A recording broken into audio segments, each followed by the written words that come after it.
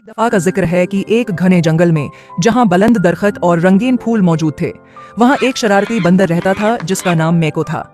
मैको बहुत चलबला और चालाक था और उसे दूसरों को परेशान करना बहुत पसंद था। वो दरख्तों से दरख्तों पर छलांग लगाता, हाथियों के पीछे छुपकर उनकी पूंछ खींचता या मगरमच्छों का पसंदीदा खाना छिपाता। जंगल के दूसरे जानवर उसकी शरारतों से परेशान होते थे, लेकिन मैको हंसता रहता और कभी नहीं समझता था कि वो दूसरों को तकलीफ पहुंचा रहा है। एक दिन जंगल का अक्लमंद प्राणी अल्लू, जो बहुत सालों से जंगल में था, मैको को अपने पास बुलाया। मैको, तुम्हें ये सीखना चाहिए कि तुम्हारी शरारतें तुम्हें तो खुश कर देती हैं, मगर ये दूसरे जानवरों के लिए तकलीफ दे हो सकती हैं। जंगल एक ऐसा मकाम है जहां सब जानवरों का एक खास किरदार होता है। अगर तुम हमेशा चालबाजियां करते रहोगे तो तुम्हें ये समझने में देर हो जाएगी कि तुमने कितना नुकसान किया है। मैको ने अल्लू की बातों को ज्यादा अहमियत न दी और हंसते हुए दौड़कर चला गया, ये सोचते हुए कि उसकी शरारतें बेजरर हैं। अगले दिन एक तूफान आया और जंगल में बारिश और हवा का जोर था।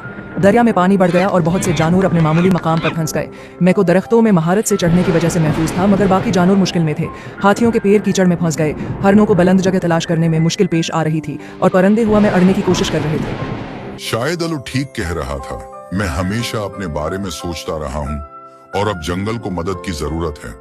मैं इतनी देर तक शरारतों में लगा रहा और दूसरों की मदद करना भूल गया।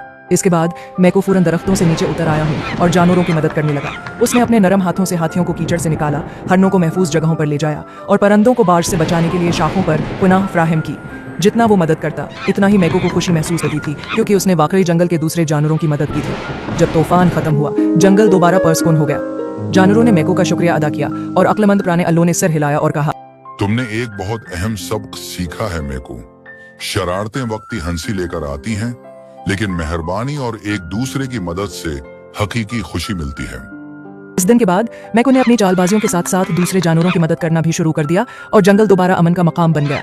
कहानी का अखलाकी सबक: शरारतें वक्ती खुशी दे सकती हैं, लेकिन दूसरों की मदद और मेहरबानी से हकीकी खुशी और अमन हासिल होता है। Hey kids!